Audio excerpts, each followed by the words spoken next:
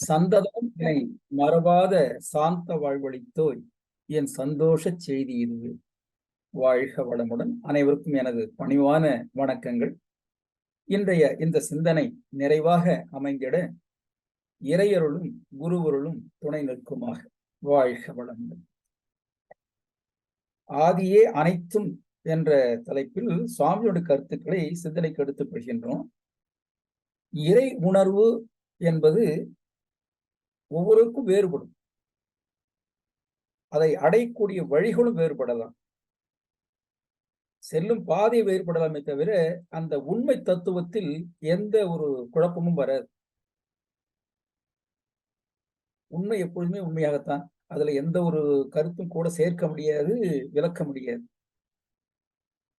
ஒரு ஆசிரியர், மதுரையில ஒரு ஆசிரியர், ஒரு பிசிக்ஸ் மாஸ்டரோ ஏதோ ஒரு மாஸ்டரை வைத்துக் கொள்ளுங்க. அவர் சூரியனை பற்றி பாடம் எடுக்கிறார். அவருக்கு தெரிந்த வகையிலே, பெரிய ஆர்டிஸ்ட் இல்லை அப்படின்னா கூட, ஓவிய புலமை இல்லை என்றால் கூட, ஓரளவுக்கு அந்த சூரியனை அந்த கரும்பலகைகளை வரைந்து கீழே சூரியனும் எழுதி அதை பற்றி விவரம் செய்வார். இதே போல இன்னொரு ஆசிரியர், அவர் திருநெல்வேலியில இதே பாடம் எடுக்கிறார். அவரும் சூரியனை பற்றி தருவாங்க. அவருக்கு தெரிந்த வகையிலே அந்த சூரியனுடைய ஓவியத்தை போடுறார். இப்படி ஒரு 4-5 ஊர் இல்ல 10 ஊர் இல்ல 1000 ஊர் இல்ல கோடி ஊர்னு வைத்துக் கொள்வோம். எல்லோருமே சூரியனை பற்றி அது வரைந்து அதற்கு கீழே பெயரையும் எழுதி சூரியன் இதுதான் என்று பாடம் எடுக்கிறாங்க அப்படின்னா, ஒவ்வொரு போடும் சூரியனுடைய படம் மாறுபடலாம், நாம காணக்கூடிய காட்சி மாறுபடுகின்றது. ஆனால் சூரியன் ஒன்றுதானே. யார் எங்கே எப்படி வரைந்தாலும் சூரியன் ஒன்றுதான். அதுதான் உண்மை. தத்துவம் என்று சொல்லக்கூடியது உண்மையை சொல்வதுதான். அந்த கோணத்திலே சுவாமிஜி என்ன செய்யறாரு, எல்லாவற்றுக்கும் மூலம் இறைவன் தான், இறையாற்றல் தான், கடவுள் தான் என்பதை எப்படி புரிந்து கொள்ள முடியும் என்று அந்த இறை தத்துவத்தை போதிக்கும் போது அது எப்படி தன்மாற்றம் அடைந்தது, ஒவ்வொன்றாக தன்மாற்றம் அடைந்து பரிணாம தொடராக வரும்போது கோள்களாக, நட்சத்திரங்களாக, பஞ்சபூதங்களாக, உயிரினங்களாக, இறுதியாக அந்த இறையாற்றோட தன்மாற்ற சரித்தினுடைய இறுதிதான் மனிதன் என்று சொல்லக்கூடிய ஒரு அற்புதமான ஒரு படைப்பு. அப்ப படைத்தான் என்று சொல்வதா அல்லது இறைவனே தன்மாற்றம் அடைந்து மனிதனாக வந்திருக்கிறான் என்று சொல்வதா அப்படின்னா, சுவாமி சொல்லும் போது இறையாற்றலே தன்மாற்றம் அடைந்து வந்திருக்கின்றது. எதற்காக? தன்னை உணர்ந்து கொள்வதற்காக. விண்ணாக மலர்ந்தும் தெரியல, பஞ்சபூதமாயிட்டும் தெரியல, ஜீவன்களாகவும் தெரியவில்லை, மனிதனாக வந்திருந்தான் இறைவன் தன்னை உணர ஆரம்பிக்கின்றான். அப்போ இறைவனுடைய ஒரு அச்சு மனிதனுடைய இருக்க வேண்டும், இறைவனுடைய சொரூபமாக இருக்க வேண்டும். அப்ப இறைவனுடைய சொரூபமா இருக்க வேண்டிய ஒரு மனிதன் இத்தனையும் பகுத்தறிவு என்று இறைவனே அகிலவா இருந்து கொண்டிருந்தால் கூட ஏன் மயக்கத்திலே வாழ வேண்டும், ஏன் அலட்சியப்படுத்த வேண்டும்? இதற்கெல்லாம் என்ன காரணமாக இருக்கும் என்று சுவாமிஜி எல்லாவற்றையும் அலசி பார்க்கும்போதுதான், மனிதன் அறியாமையிலே வாழும் காலம் மட்டும் எத்தனை தத்துவங்கள், எத்தனை மகான்கள் சொல்லியிருந்தால் கூட இது சுயமாக நாமே சிந்தித்து உணர வேண்டிய ஒன்று தவிர பிறர் கோடிட்டு காண்பிக்கலாம். இறையாற்றல் இப்படி கொண்டு கோடிட்டு காண்பிக்கலாம். ஆனால் அது முழுமையாக நம்மால் ஏற்றுக்கொள்ள முடியுமா, நமக்கு புரியுமா அப்படின்றால் கேள்விக்குறிதான். ஏனெனில் ஒவ்வொருவரும் ஒரு கோணத்திலே இறைவனை பார்த்திருக்கின்றோம். அப்ப இறைவன் இருப்பதை யாரும் மறுக்கல. ஆனா அந்த இறைவனுக்கு பல ரூபங்களை கொடுத்து, பல பெயர்களை கொடுத்து வாழ்ந்து கொண்டிருக்கின்றோம். எல்லாவற்றுக்கும் மூலமானவன் ஆதி இறைவன் தான். அது எந்த மதமாக இருந்தாலும் சரி, ஜாதி, மதம், தேசம், இனம் எதுவாக இருந்தாலும் சரி, பல பெயர்கள் சொல்லி அழைக்கலாம். ஆனால் இறைவன் ஒருவன் தான். அதுதான் உண்மை. ஆக அந்த உண்மையை புரிந்து கொள்ள முடியாமல் அல்லது அந்த புரிந்தும் ஏன் அலட்சியப்படுத்துகின்றோம், அதனால்தான் ஒரு வாழ்க்கை என்பது மாயிலே வாழ்ந்து கொண்டிருக்கின்றது என்ற உண்மை எப்பொழுது விளங்கும்? நமக்குள்ளாக உள்கடந்து சென்றால்தான் விளங்கும். கட பிளஸ் உள் என்பதை உள்கடந்து உள்கட என்று அது கடவுளாக மாறி போகின்றது. ஆக உள்கட நமக்குள்ளாக கடந்து செல்ல வேண்டும். அப்படின்னு என்ன பொருள்? புலன்களிலே இருந்து நம்மை விடுவித்து, புலன்களை எதன் மூலமாக இயங்குகின்றன அந்த கருவிகளை நினைவு கொண்டு வந்து, அந்த கருவிகள் என்பதெல்லாம் எதற்காக இருக்கின்றன என்பதை உணரும் போது அது இயற்கையோடு இணைந்து வாழ்வதற்காக. ஆக இயற்கைக்கு மாறான எந்த செயலை செய்தாலும் அதற்கு உண்டான துன்பத்தை நாம் அனுபவிக்க வேண்டும். இதுதான் இறை நீதி. ஆக ஆதியே எல்லாமாக இருந்தும் ஒரு மனிதன் தடம் மாறும் போது, தவறு செய்யும் போது அந்த இறைவனே அங்கே அறிவாக இருக்கின்றானே, தடுக்கலாமே. எல்லோரும் கேட்கும் கேள்வி அதுதான். இறைவன் எனக்குள்ளாக எல்லாமாக இருக்கின்றான், ஏற்றுக்கொள்கின்றேன். உயிராக, உடலாக, மனமாக, உயிர் மையத்தில் அறிவாக இருக்கின்ற எல்லாவற்றையும் ஏற்றுக்கொள்கின்றேன். அப்படி அந்த உயிர் மையத்தில் உள்ள அந்த அறிவு இறைநிலை நான் தவறு செய்யும் போது என்னை கொஞ்சம் சரி செய்து திருத்தி அதற்குண்டான வழியை சரியாக காண்பிக்கலாமே என்று எல்லோரும் கேட்கக்கூடிய கேள்வி. ஆனால் உண்மையில் அந்த இறைவன் நம்முடனே இருந்து கொண்டு நம்ம வழித்துக் கொண்டுதான் இருக்கின்றார், எந்த மாற்று கருத்தும் கிடையாது. ஆனால் எங்கே ஒரு மயக்கம், அறியாமை என்றால், நான் எதிர்பார்த்தது போல இறைவன் எனக்கு வழி காண்பிக்கல, எனக்கு இது தேவை, அதை அடைவதற்கு நான் பல வழிகளை முயற்சி செய்கின்றேன். ஆனால் இறைவனுக்கு தெரிந்த ஒரே வழி அறவழிதான். அவர் அறவழி மட்டும்தான் நமக்கு போதிக்க முடியும். ஆனால் எனக்குள்ள அந்த புலன் கவர்ச்சி, அந்த மயக்கம் என்னவாகும்? நான் எப்படி எதிர்பார்க்கின்றேனோ அது துன்பமா, இன்பமா, இப்பொழுதா, எதிர்காலம், அதெல்லாம் எனக்கு அவசியம் கிடையாது. எனக்கு தேவை, வேண்டும், எனக்கு கிடைக்க வேண்டும். இப்படித்தான் ஒரு மாயிலை வாழ்ந்து கொண்டிருக்கின்றோம். இதுதான் சுவாமிஜி அறியாமை என்றும், உணர்ச்சி வயம் என்றும், மயக்கம் என்றும், அதற்கு மேலாக அலட்சியம் என்றும் குறிப்பிடுவார். இதெல்லாமே என்னை குறிப்பிடுகின்றது? அறிவின் ஏழ்மை. ஆக அறிவு ஏழை இல்லை, அந்த அறிவை சரியாக பயன்படுத்தாமல் நாம் ஏழ்மையில வாழ்ந்து கொண்டிருக்கின்றோம். மனிதன் ஏழ்மையில் வாழ்ந்து கொண்டிருக்கின்றார். ஆக இந்த அறியாமை என்பதும், உணர்ச்சிவயம் என்பதும், மயக்கம் என்பதும், அலட்சியம் என்பதும் இவற்றை சரியாக புரிந்து கொண்டால் என்னவாகும்? அறிவு குறுகி எந்த செயலும் செய்து துன்பத்திற்கு ஆளாகாது. ஆக அறிவை குறுகும் போது என்னவாகும்? அறம் பிறழ்ந்து போகின்றது. காரணம் என்னங்க? அறிவின் ஏழ்மை, அதாவது அறிவை பற்றி சரியாக புரிந்து கொள்ளாமை. இந்த அறிவு என்பதற்கு இரண்டு விதமாக பொருள். அதாவது தினசரி வாழ்க்கையில நாம் பயன்படுத்தக்கூடிய அறிவு என்று சொல்லக்கூடியது புத்திசாலித்தனம். ஆனால் இங்கே சுவாமிஜி குறிப்பிடக்கூடிய அந்த அறிவு இறையாற்றலுக்கும் அந்த அறிவு என்று சொல்லி இறைவனே அறிவாக இருக்கின்ற உண்மையை நமக்கு போதித்து வந்தார். ஆக இறைவனே நமக்குள்ளாக அறிவாக இருக்கின்றது. அவ்வளவு பெரிய பொக்கிஷம் நமக்குள்ளாக இருக்கும் போது, நாம் உணரக்கூடிய ஆற்றலும் மனிதனுக்குள் இருக்கும் போது ஏன் அறியாமையில வாழ வேண்டும்? அறிவு குறுகிய நிலையிலே நாம் அதற்கு பயிற்றுவித்திருக்கின்றோம். நாம் எந்த திசையிலே ஒன்றை நாம் சொல்லித் தருகின்றோமோ, எதன் மீது கவனம் செலுத்துகின்றோமோ, அதை சார்ந்த கருத்துக்கள் தான் எனக்குள்ளாக வரும். நான் அறியாமையிலே நான் வாழ்ந்து கொண்டிருக்கின்றேன். உண்மை தெரிந்தால் கூட ஏற்றுக்கொள்ள மனம் அங்கே விழையவில்லை. என்ன காரணம்? எனக்குள்ளாக புலன் கவர்ச்சி. துன்பம் வரும்போது பார்த்துக் கொள்ளலாம் என்றுதான் எல்லோருக்கும் மனதில் இருக்குமே தவிர, முன்கூட்டியே எச்சரிக்கையாக சுவாமி சொல்வார்களே, அந்த விழிப்பு நிலை, அதுவும் அயராத விழிப்பு நிலை. அந்த அயராத விழிப்பு நிலை ஒருக்குள்ளாக இருந்தது அப்படின்னா நிச்சயமாக இந்த நான்கும் இருக்காது. எதுங்க? அறியாமை இருக்காது, உணர்ச்சியும் இருக்காது, மயக்கம் இருக்காது, அலட்சியம் இருக்காது. முக்கியமாக அலட்சியம் இருக்காது. ஏனெனில் உண்மையை தெரிந்து கொண்டு அதன் வழி வாழ வேண்டும் என்று அந்த அறிவு நமக்கு விளக்கினால் கூட நாம் அந்த அலட்சியப்படுத்தி விட்டு வாழ்ந்து கொண்டிருப்பதன் காரணமாகத்தான் பல விதமான இன்னலுக்கு நாம் ஆளாகின்றோம். ஆக அறிவு குறுகிவிட்டால் அதன் காரணமாக துன்பம் தான் நமக்கு ஏற்படும். அதற்கும் மேலாக எந்த செயலுமே எதுங்க? அந்த அறிவு ஏழ்மையில இருக்கு பாருங்க, அதுல வரக்கூடிய அனைத்து செயலுமே நமக்கும் துன்பத்தை தரும், பிறருக்கும் துன்பத்தை தரக்கூடியது. அதனாலதான் அறிவை அயரா விழிப்பில் பழகி கொண்டு அவ்வப்போது எழும் எண்ணம் ஆய்ந்து தேர்ந்து. அப்ப அந்த அயராத விழிப்பு என்பது உதாரணம் சொல்லலாம். நாம ஒரு நட்பு கூடவோ இல்ல உறவு கூடவோ பேசிட்டு இருக்கும் போது ஏதோ ஒரு காரணம், வாய் தவறியோ இல்ல தெரிந்தோ இல்ல அவர் மனதை புண்படுத்த வேண்டும் என்றோ, அல்ல நாம் சொல்லக்கூடிய கருத்தினை அவர் கேட்க மறுக்கின்றார் என்றோ தடித்த வார்த்தையை பயன்படுத்தி விடுவோம். அப்ப தடித்த வார்த்தை, தவறான வார்த்தை பயன்படுத்தி விடும்போது என்னவாகும்? எந்த நட்பாக இருந்தாலும், எந்த உறவாக இருந்தாலும் அந்த ஒரு க்ஷணத்திலே அதற்குள்ளாக ஒரு விரிசல் விட்டு போகின்றது. எவ்வளவு நெருக்கமா இருந்தாலும் சரி. ஆக அந்த தவறான வார்த்தை பயன்படுத்தாமல் இருக்கக்கூடியதான் உண்மையான விழிப்பு நிலை. இது ஒரு உதாரணம் தான்.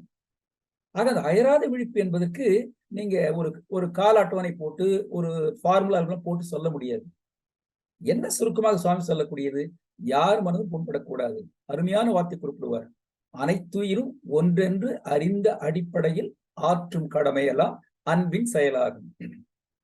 அப்ப எல்லா உயிருமே ஒன்றுதான், எல்லாவற்றும் மாதிரியில் தோன்றியதுதான். அனைத்துயிரும் ஒன்றென்று அறிந்த அடிப்படையில் ஆற்றும் கடமையெல்லாம் அன்பின் செயலாகும்.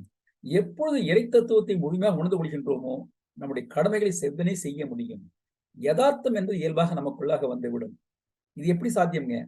அறிவை அயரா விழிப்பில் பழகிக் கொள்ளும் போது.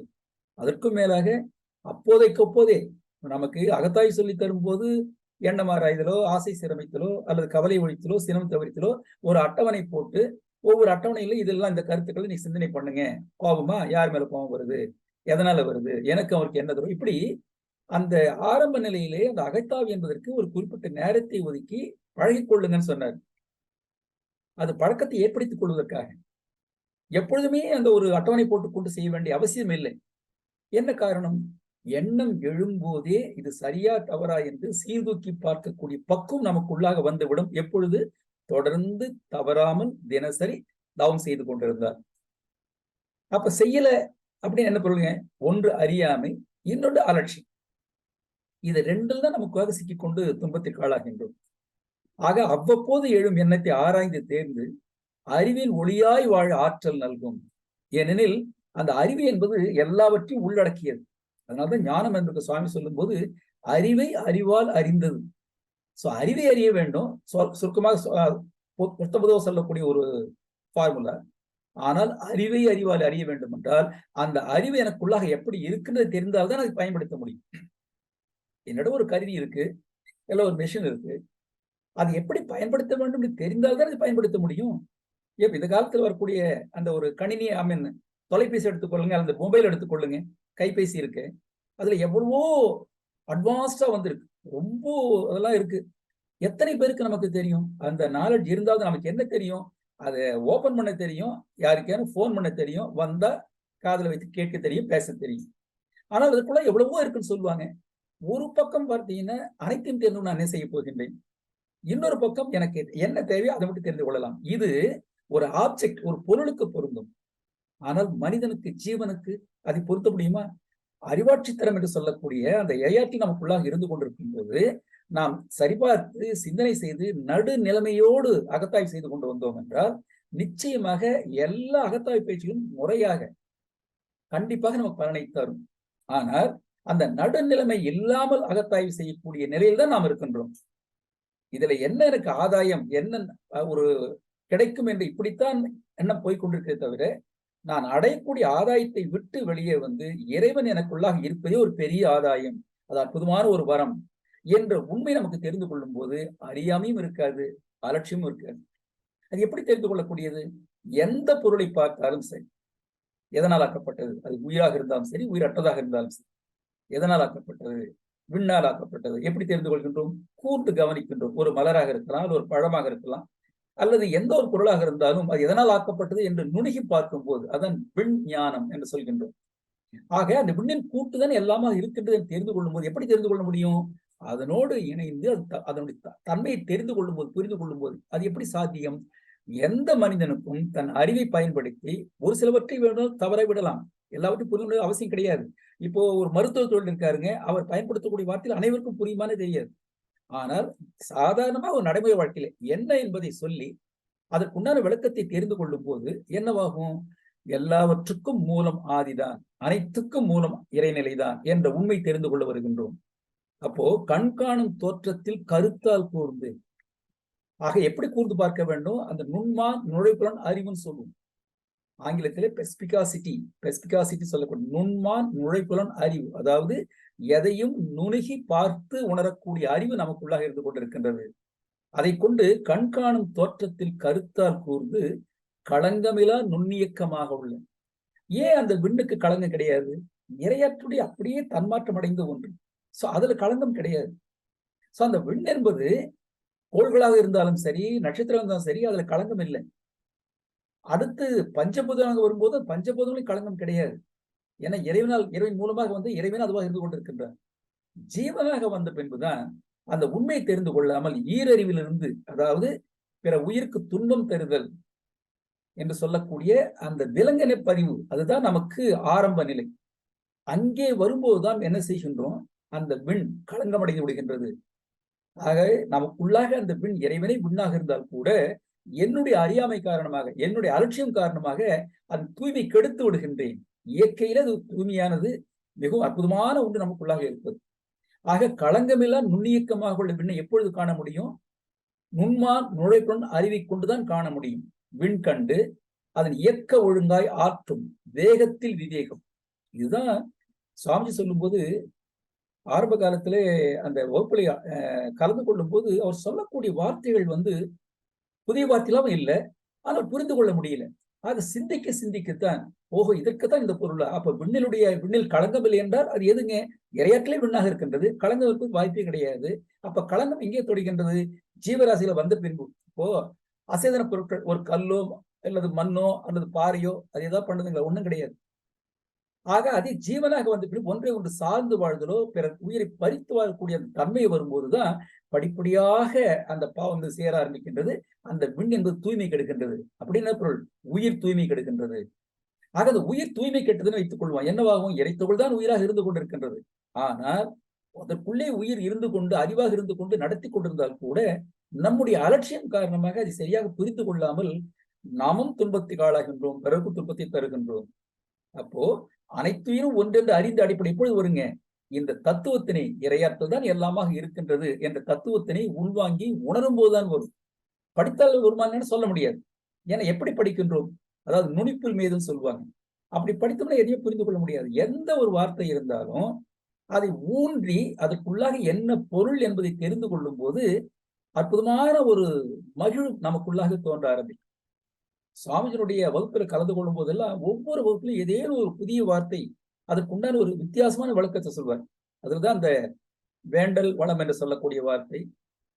அதுக்கு முன்பாக அந்த ஒரு எல்லாவற்றுக்கும் கீழ்ப்படிந்து தாழ்ந்து நில்லுங்கள், understand. So under not stand under. அப்ப கீழ்ப்படியும் போது உங்களால் புரிந்து கொள்ள முடியும். அதாவது எழுச்சி பெற்ற நிலையில் தான் புரிந்து கொள்ள முடியாது. நீங்கள் அமைதி அடைய வேண்டும். அந்த அமைதி அடைவதற்கு என்ன வழிமுறை? உணர்ச்சியிலே உள்ள அந்த மனதை அமைதிக்கு திருப்ப வேண்டும். அதுதான் முதல் படி தவம் என்று சொல்லக்கூடியது. சோ தவத்தின் மூலமாக உயிரை உணர்ந்து கொள்கின்றோம்.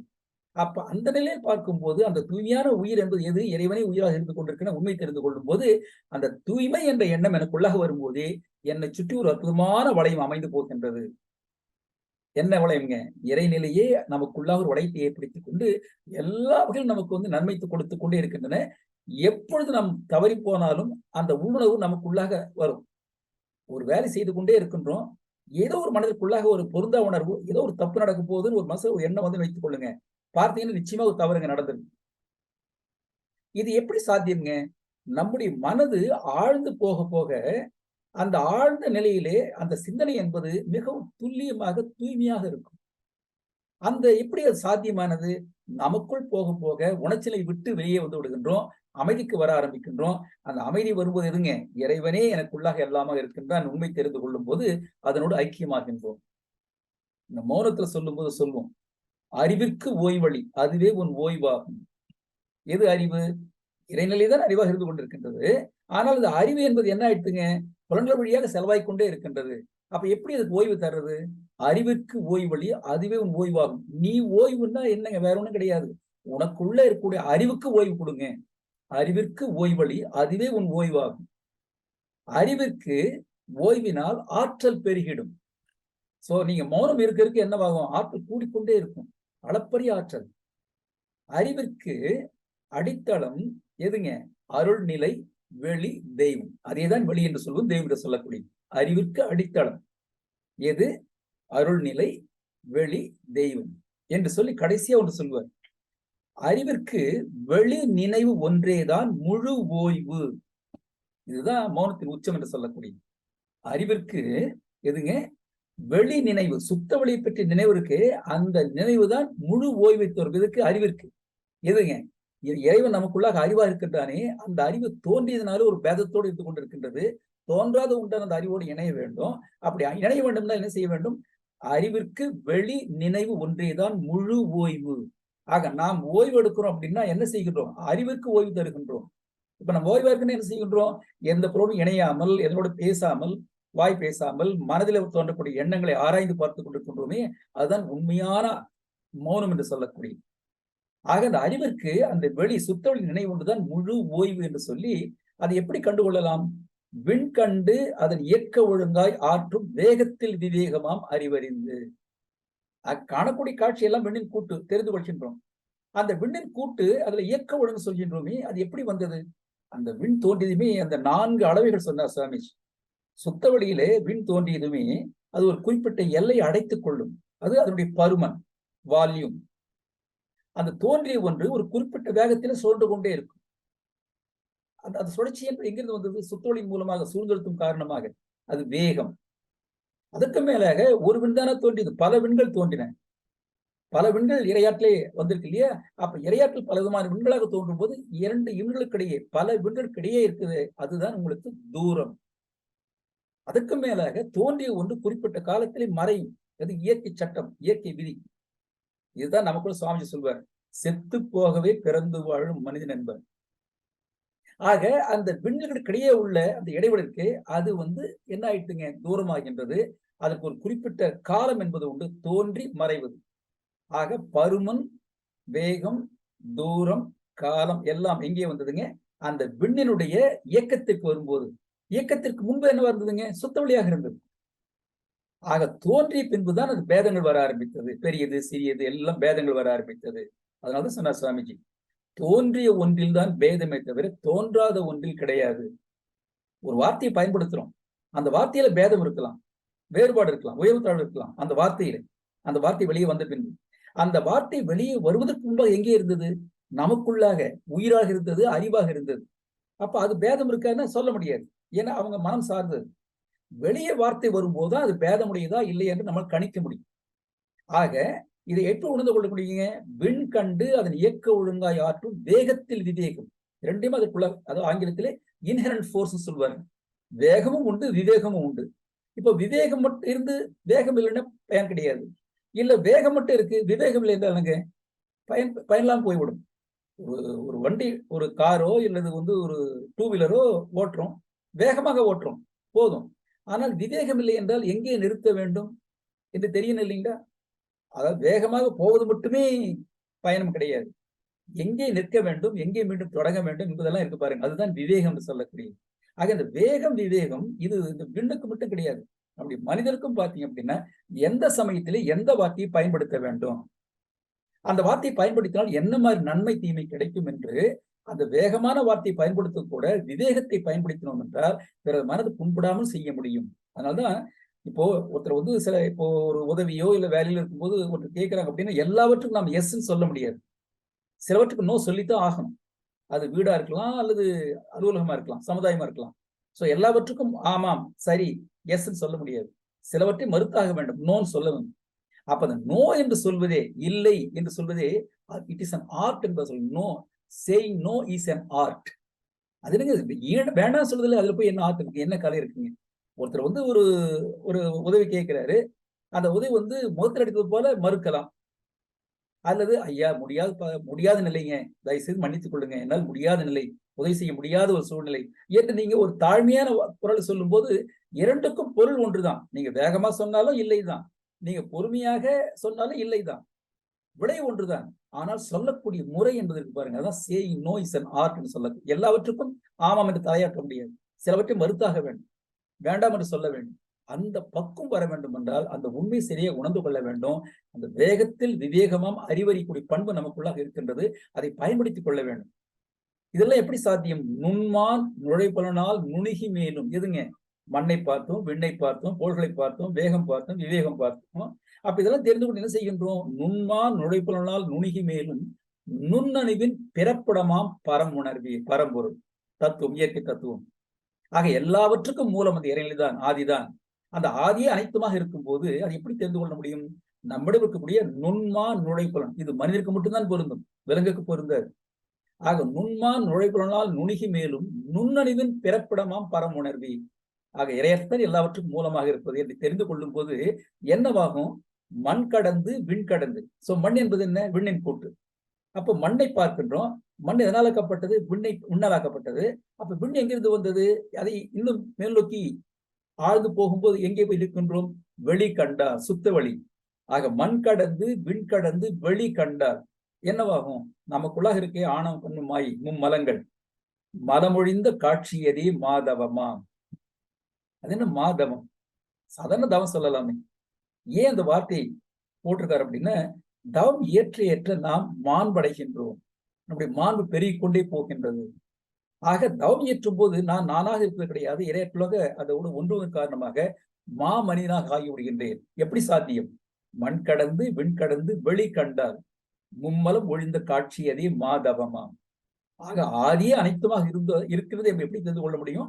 கண்காணும் தோற்றத்தில் கருத்தால் கூர்ந்து களங்கமிலா நுண்ணியக்கமாக உள்ள விண்கண்டு அதன் இயக்க ஒழுங்காய் ஆற்றும் வேகத்தில் விவேகமும் அறிவறிந்து நுண்மான் நுழைப்புலனால் நுணுகி மேலும் நுண்மான் நுழைப்புலனால் நுணுகி மேலும் நுண்ணறிவன் பிறப்பிடமாம் பரமுணர்வி.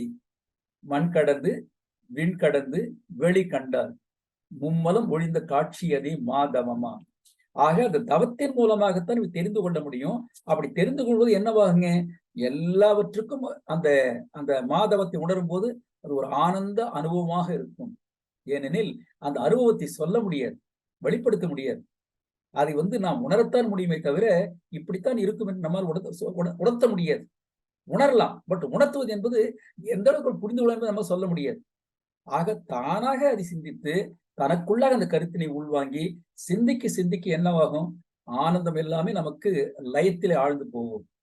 சோ அந்த அனுபவங்கள் லட்சங்கள் தெய்வமயம், அகம் பரத்தில் லயமாகும், அனுபவம் பேரின்பமாகும். ஆக எல்லாவற்றுக்கும் ஆய்தான் இருக்குன்னு தெரிந்து கொள்ளும் போதுதான் நாம அன்பு கருணை என்ற ஒரு இரண்டு இறைத்தன்மையோடு நம்மால் வாழ முடிகின்றது. ஆக இறைவன் தான் எல்லாவற்றுக்கும் மூலம் என்று சொல்லி வாய்ப்புக்கு நன்றி கூறி நிறைவு செய்து கொள்கின்றேன். வாழ்க வளமுடன், வாழ்க வளமுடன், வாழ்க வளமுடன்.